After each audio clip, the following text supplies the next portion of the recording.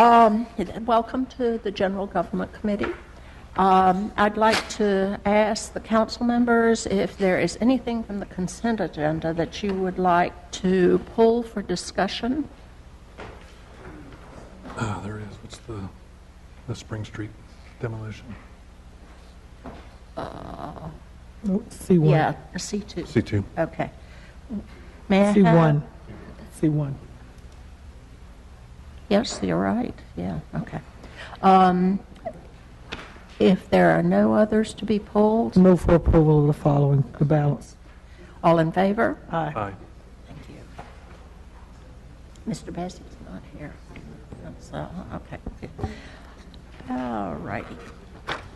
We'll move to the consent, to the, Do you want to talk about He C1? wants C1. well, okay, if you really insist. Probably should. City Secretary. Yeah. Item C1, resolution granting an extension to an ordinance adopted on October 28, 2013, ordering the demolition of a dwelling located at 212 North Spring Street in the Northwest Ward. Can we get a stamp? Yep.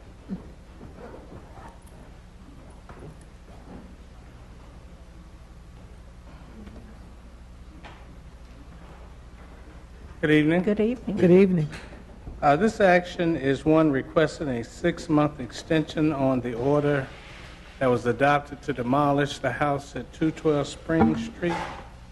The order was adopted by council, and since that time, the owner has indicated a desire to repair the property, and we believe it can be repaired, and believes and indicated that it can get repaired within that time frame. So staff is recommending that you approve the request and that it be contingent upon the owner signing a voluntary demolition agreement that would require him to have a minimum of 75% of the work repaired within 90 days. And should that occur, then of course he would have the remaining time to complete it. And we believe this can be done. Thank you. Mr. McIntosh? Is the owner here? He's here. Can I ask a couple questions? Come on up to the, Yeah, please. I'm going to tell us your name and your address. To the podium. Podium up here.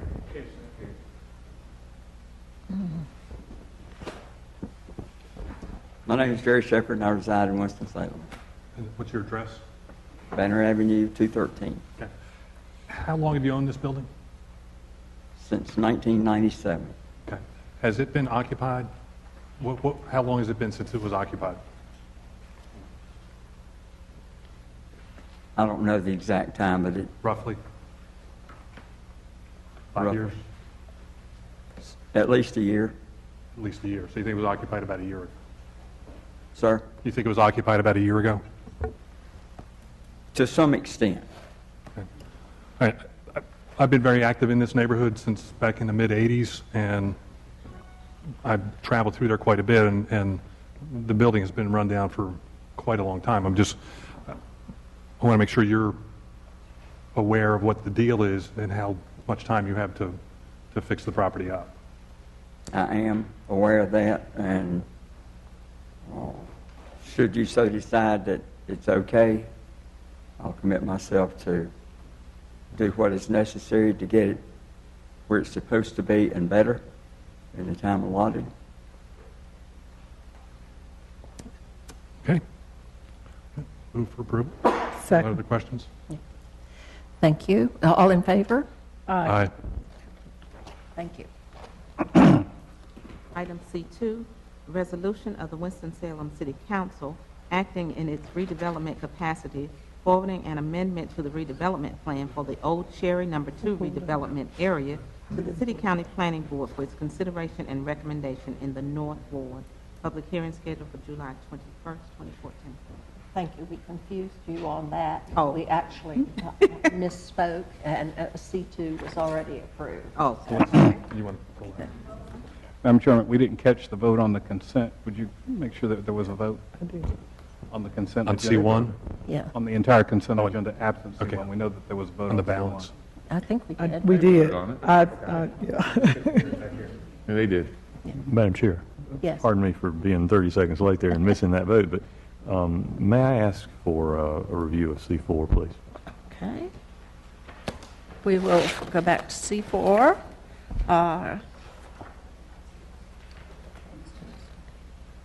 Okay. Is Tim Grant here? Okay.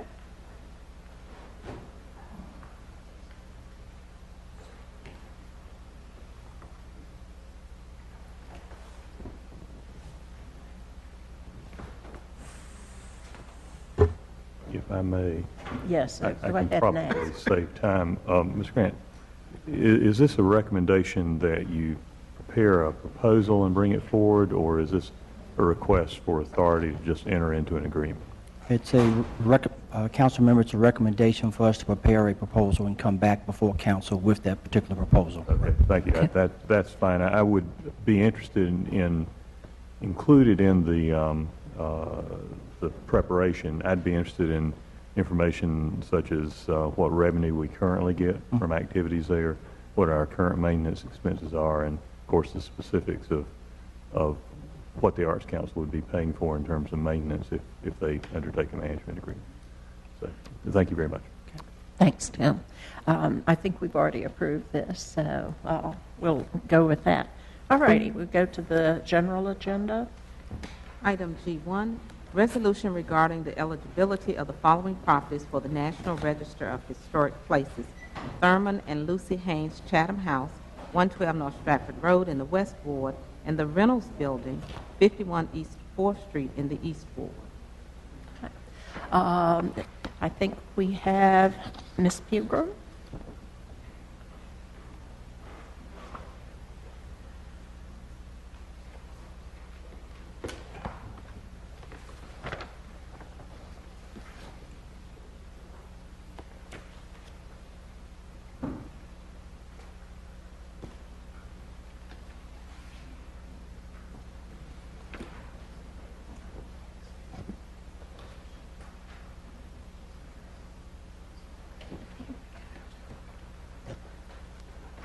Good afternoon. Good afternoon. I am very pleased to be here this afternoon with a recommendation from the Historic Resources Commission for two properties that are being considered for the National Register. The first of which is the Thurman and Lucy Haynes Chatham House, which you see on the screen here.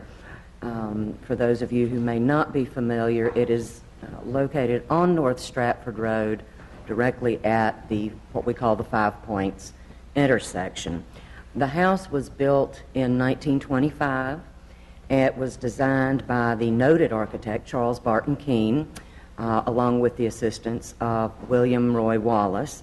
Of course, Keene was the architect for Renolda House and did a number of outstanding designs throughout the city. This particular property is eligible for the National Register under the architectural criteria.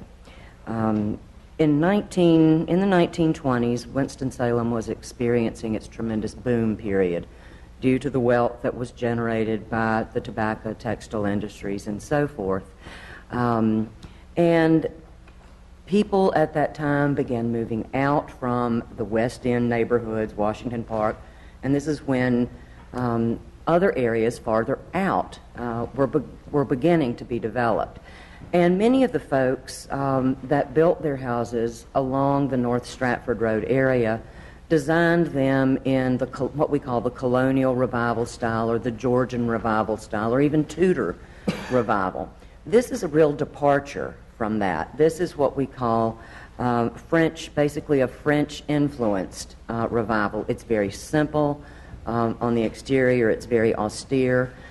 Interior-wise, interior and exterior-wise, it is pretty much completely intact from its 1925 appearance. It was built for Thurman Chatham, who was the son of Hugh Gwynn Chatham, who began Chatham Manufacturing Company, which is also listed on the National Register. Chatham was a tremendous city leader in and of himself. He served as president after his father died, And then after his retirement from Chatham Manufacturing, he went on to a political career and actually served in the U.S. House of Representatives. Interestingly, Chatham passed away in 1957, 1 month after completing his 4th congressional term. So that's a little about the Chatham House.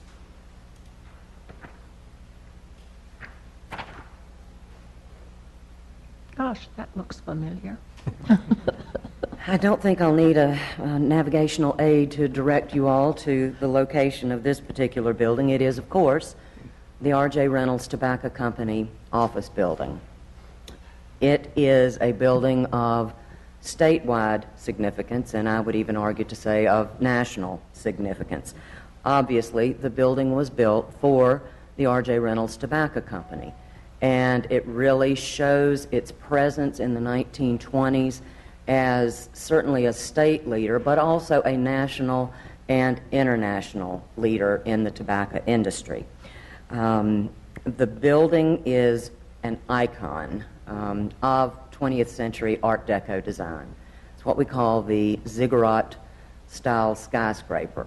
Can you tell me what that word means? Well, a ziggurat was not unlike a pyramid. It appeared most often down in South and Central America, and it was really more of a stepped, if you will, type of pyramid. And so you can see the influence there of the steps that sort of indent as the building rises to the top. And of course, the use of very geometric ornament, that is very typical of Art Deco design. The architects for the building were a firm by the name of Shreve and Lamb.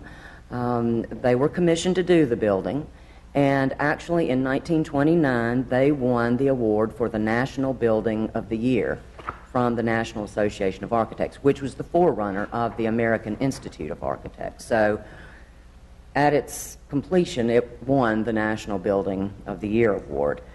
Shreve and Lamb went on. That same year, they were awarded the contract to design the Empire State Building. And of course, we like to say that our Reynolds building is the prototype for the Empire State Building. It's just on a little bit smaller scale. The similarities, I think you'll find, are quite obvious.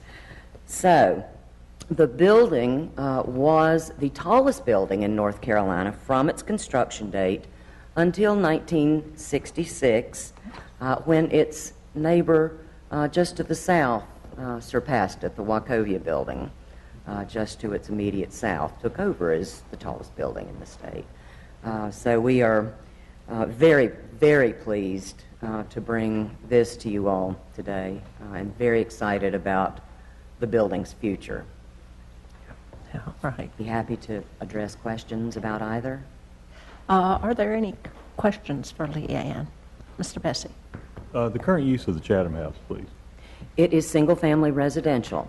It is our understanding that the property was sold to a family who will be redoing the house and living in it.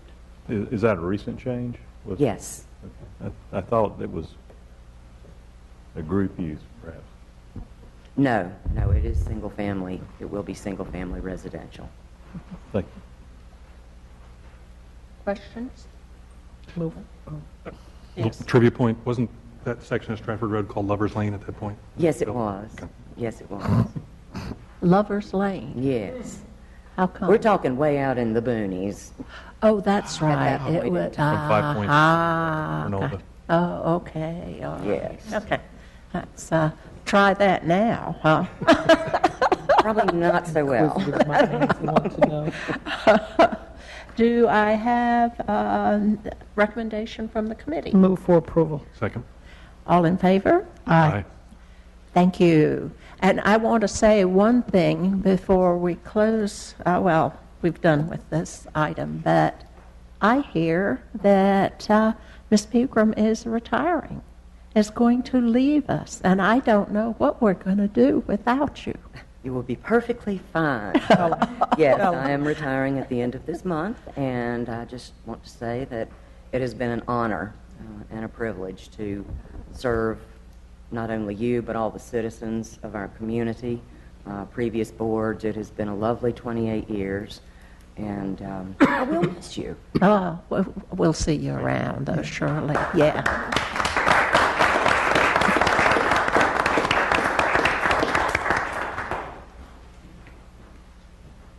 Ziggurat is Sumerian. It's Sumerian. I think so. Okay. From the old civilizations on the Tigris-Euphrates plain. It was the an terrace. artificial mountain. It was a temple Oh, on that boy. flat plain there. Oh, listen to him. Thank you, Mr. Bessie. You're welcome. He probably Okay. From my store of useless knowledge. He probably Googled it. In the story. Endless story. Okay, G2, please. Item G2, report on minority and women business enterprise disparity study. I think everyone was present yesterday when this was discussed in Finance Committee, was Yes. it? Yes.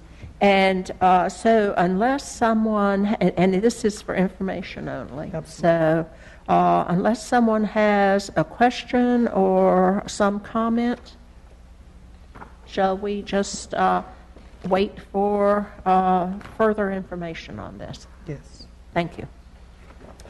Okay, G3. G3, report on summer youth activities.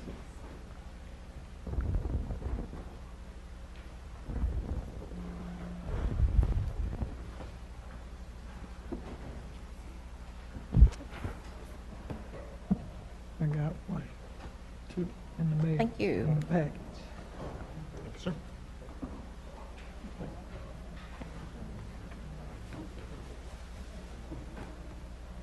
Oh, my goodness. Mr. Grant, you're going to tell us.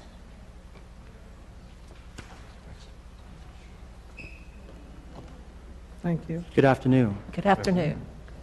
I'm going to provide you a brief report on the scheduled summer activities for this summer, and then focus on what we think will be a significant groundbreaking activity that we have had a partnership with that will be held throughout the summer.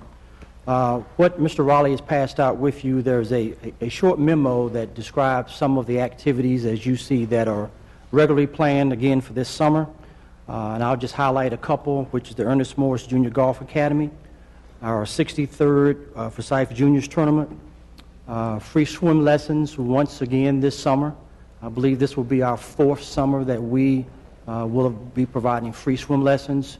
We typically end up somewhere around 990 people that we provide free swim lessons for at all of our pool locations. You have listed the historic Bethabara information for this summer for young people, and especially on page 2, our summer camps. I just want to point out a couple of things this year. We've increased summer camps again this summer. We've got a couple of new summer camps, one at Georgia Taylor Neighborhood Center, which is a camp designed for a small camp for children ages 4 through 7. Also, William C. Sims Senior Recreation Center is going to have a summer camp this year with 30 attendees, as well as the Little Creek Neighborhood Center summer camp will be happening again this summer for the first time.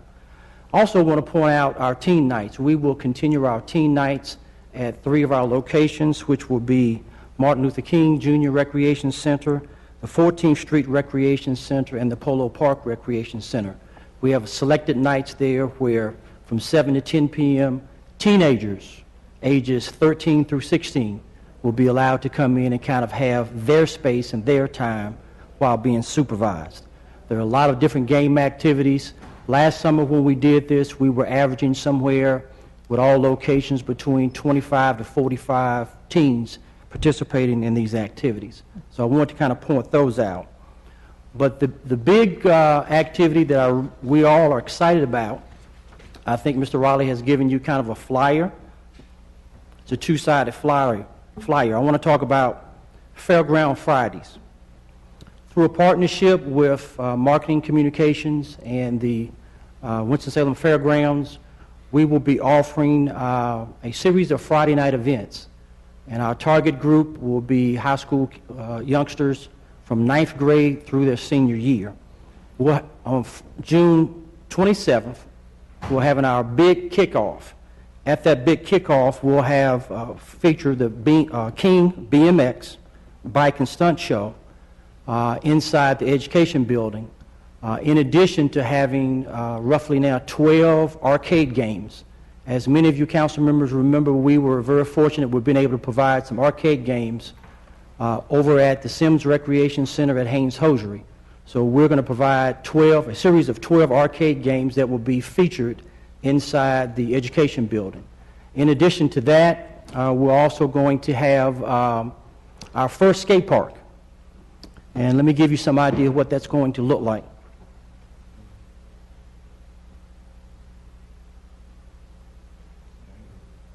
It's a killer. We have ordered our first skate park. We are very excited about that, and we wanted to do this as a pilot project. It will be inside the Education Building, along with the first night being BMX and skate park, but also with having the opportunity to have an indoor, air-conditioned skate park. This equipment has been ordered from American Ramp Corporation, one of the leaders in the country with portable skate parks. It is scheduled to be here Monday morning, June 16th at 8 a.m. We will look at assembling it, putting it together in the annex building first, only because there's something scheduled for the Education Building, and then eventually moving the skate park to the Education Building to be a part of the Fairground Fridays. In addition to having these activities inside, we're also going to have concessions area will be open. We have a concessions vendor, Duggan's Concession, that will be running concessions for us. The city will be providing all free bottled water to anybody that attends these Fairground Fridays. We'll also have kind of a lounge area where young people can come in and kind of hang out, sit, relax, have a hot dog, have some nachos, and have something to drink. Outdoors, we will have a series of music. We've contracted with Buster Brown and Mr. Bill Productions, and we'll have a series of musical entertainment outside, which will feature dance contests where people will get a chance to win prizes. We'll have dance contests that will be broken up against age groups, and a real fun event. Many of you remember last year we did a series of Music in the Park events with Buster Brown down at Winston Square Park. Well, this year we're moving that to make it a part of this bigger effort up at the fairgrounds. We're very excited about it. We will have the cooperation of Winston-Salem Police Department as well. In addition to that, Show Pros is going to be a part of this. In addition to that, we have several sponsors. The most exciting sponsor that we have right now is Forsyth Technical Community College. They've come on board as a major sponsor. They want to be a part of an outreach program to educate these young people in terms of what community colleges might have to offer here specifically in this particular area. These events, as you see these dates with Fairground Fridays, they kick off on June 27th, and then we'll be having them on July 11th, July 18th, July 25th, and August 1st from 7 to 10 p.m. In addition to that, this skate park that you see will be open the entire month of July. We've partnered with the fairgrounds, and the skate park will be available for all skateboarders. No inline skates, no BMX bike, skateboarders. What we're really excited about with that is that currently right now there'll be no charge for admission to visit the skate park. The dates and times right now for the month of July for the skate park will be, let's see if I can remember, Sunday through Thursdays from 2 p.m. until 8 p.m. And then Friday and Saturdays will be from 2 p.m. until 10 p.m. We're very excited about this. We've been working very closely with Ed McNeil and his department, and Ed's going to come forward and talk a little bit about our marketing efforts. Chairman Light, members of the committee, As you can hear from the description, you have two very distinct activities going on, and so you can't market with kind of that broad shot to hope that you get the right group. So we've had to be very targeted in some instances. There are some broad items that we've done, and I'll explain some of those. For Fairground Fridays, this is typically, this has been a group that Tim and I are very familiar with. We know these young people. They've been down here over downtown over the different years. They're out in the recreation centers, and we know that one of the best strategies is to really get something in their hands. And so that handbill that you're holding was disseminated through the schools. Over 5,000 young people received those ages 9 or grades 9 through 12. So that happened last week, and so that was our primary way of getting something into the hands of the teens. Beyond that, we know that when you're trying to get information out to teens, Triad Sports Weekly is a phenomenal product. Again, Tim and I have used that over the years. It's a very trusted way to get information out. Your athletes, they're picking up that paper, they're reading it, they're showing their buddies, and it's a great way to get the word out. So we'll have ads beginning Thursday that educate teens about those activities. Beyond that, we'll have our regular launch strategies that you've seen us use before in the Journal and Chronicle to tell not only the teens, but also to get the word out to the parents that this is where we've organized activities that are specifically inviting your teen to come out and have a good time. With the skating, this is an area that we've not done marketing towards this group, and so we've had to use some of our tactics that we don't get to use often. And one, a very new tactic that I'll tell you about. First, the radio campaign. We're working with 105.7 The Buzz and 100.3 to promote the skate night as well as the kickoff night. We're talking to that group because that's the radio station that tends to have the strongest amount of young people that are into the skating and into the King BMX activities. That's not to say that we won't be promoting it on other print materials. The radio station, we have also arranged a web takeover, and what this means is that for the thousands of people who come to their website on June 26th, the day before the event, as they come to that website, it is loaded with our information about the skate park and Fairground Fridays. So there will be ads. I'm sorry. Whose website? 105.7 The Buzz. Gotcha. Yes, ma'am. So we'll have a web takeover at that time. The other is a digital campaign, and this digital campaign looks at people who have used YouTube, Twitter, or Google recently to search for skate information. This digital targeting is something we've applied for our police department for minority recruiting, and we've seen some phenomenal results here in the last 30 days with that.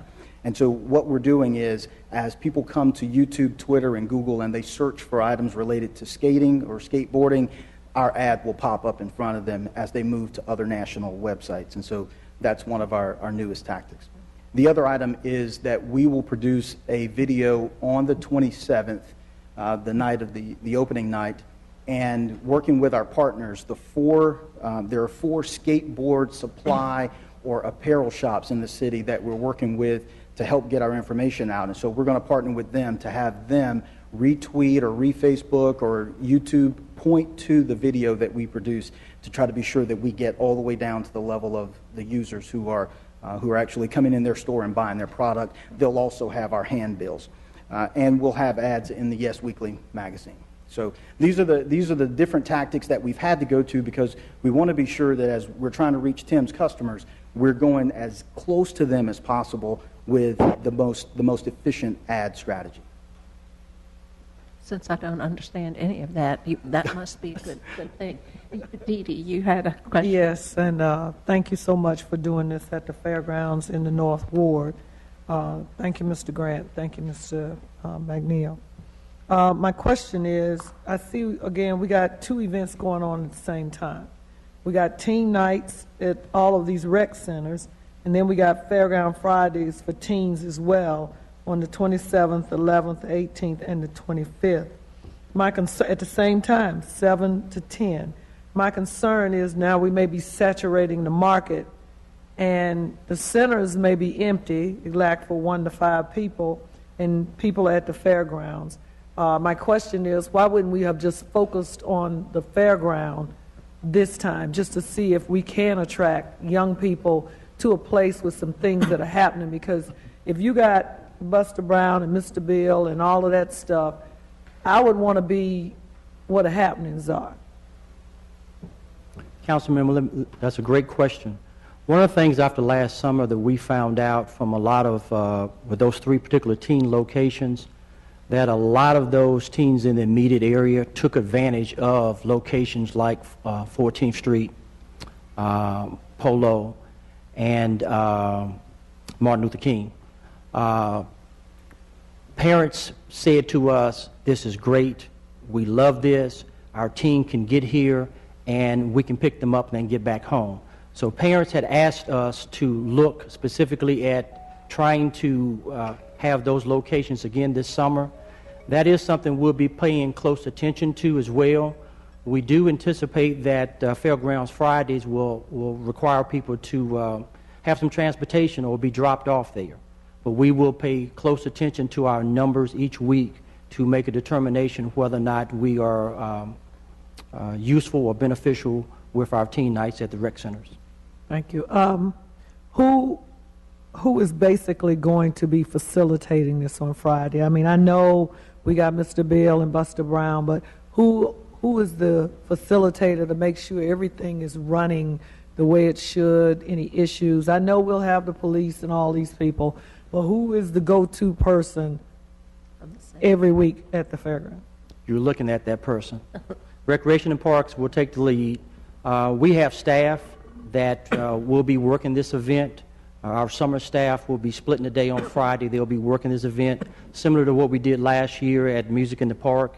Recreation will take the lead, followed very closely by the assistance of the fairgrounds and marketing communications. But Recreation and Parks will be the lead department. Okay, and one more. The marketing aspect is great job. I still think that you will want to make sure that the churches in the urban core are aware of this. I mean, everybody doesn't take the Chronicle and everybody doesn't look at television, but they have a lot of youth programs and things that go on, particularly the African American churches. And I am sure that if we were able to get some of these to the pastors or the youth ministries, they would be wanting to probably make that a part of their summer program as well. Yes, ma'am. Good Thank idea. Good idea. Mr. Bessie. Thank you. I just actually gave some of this information, but I just need to make a note of it. I think you had indicated 2 different age ranges for the teen nights and the Fairground Fridays. What were those again, please? Teen nights first? The teen nights are geared for young people ages 13 to 16. Okay. And the Fairground? Our target group for the Fairground Fridays were 9th graders or freshmen in high school through their senior year of high school. 9 to 12. Okay. And what were the hours on the portable indoor skate park during the month of July? Hours for the skate park operation, let me get it right, Sundays through Thursdays from 2 p.m. until 8 p.m. So Fridays and Saturdays, 2 p.m. until 10 p.m. okay. Sunday, Thursday, 2 to 8, Friday and Saturday, 2 to 10. That's correct. And it's, I'm sorry, is it going to be in the annex? Education building. Education building. Everything's set up indoors in education building, as well as the music will be set up outdoors using our mobile stage. I would like to point out our inclement weather plan is very simple. We move the music indoors. So we have the capacity not to have to cancel a Friday night. Very good. Okay. Questions? I'm sure you have this well in hand, but from past years, but you do have a way of checking that older troublemaker types don't get in. Councilmember, you're referring to Fairground Fridays? Yeah. Well, Fairground Fridays will be open to all citizens. So Okay. whether you are fit the target population or whether you are an adult, you have the opportunity to come and spend some time there on Friday nights. Okay. We will be controlling the gate. We will have the assistance of show pros, and we will be looking. But we don't anticipate any major issues. Going back the last couple of summers, we've been very fortunate, but I think we've been very diligent as well in terms of my staff and recreation, hiring a lot of the college-age students that would work with us, and professional people that may work as an educator with the school system now. And so we think we'll have minimal concerns with that, but certainly we will be much aware. Very good. Thank you. This sounds exciting. I'm not going to come use your skateboard park. You're going to? Okay. Councilmember McIntosh. Yes, thank you, Madam Chair. I just want to let you guys know, if nothing comes up, I'll be there for the opening. And yes, I'll have my skateboard. I'm going to borrow Jeff's. Oh, thank you very much. Is there anything that anyone would like to bring up? I have one item that for a future meeting, but Lee, Councilmember Bessie actually brought this up, and you may have seen the email about all those signs that are tacked way up on telephone poles. Mm-hmm. They're, illegal signs, and people can't get to them to take them down, our inspectors. So we need to figure out some way to handle that and to fine people out the wazoo for doing it. So if maybe next month or we'll bring a report on the signs in the right-of-way ordinance and some of those challenges with the ones that are high up on the pole. Yeah. Well, I mean, one thing that occurred to me, if they put a telephone number up there to contact them to, I don't know, buy your house, do whatever it is, call that number or have the police call the number and say, okay, starting today, you're fined $50 for every day that sits up there. You take it down. You've got the equipment to put it up. You've got the equipment to take it down. So at any rate, it would be good to have a report on that. Anything else? Yes, ma'am. Yes. Madam Chair, Mr. Garrity can tell you that, and I'm sure most of you got my emails about our situation here in Winston about the signs and the flags.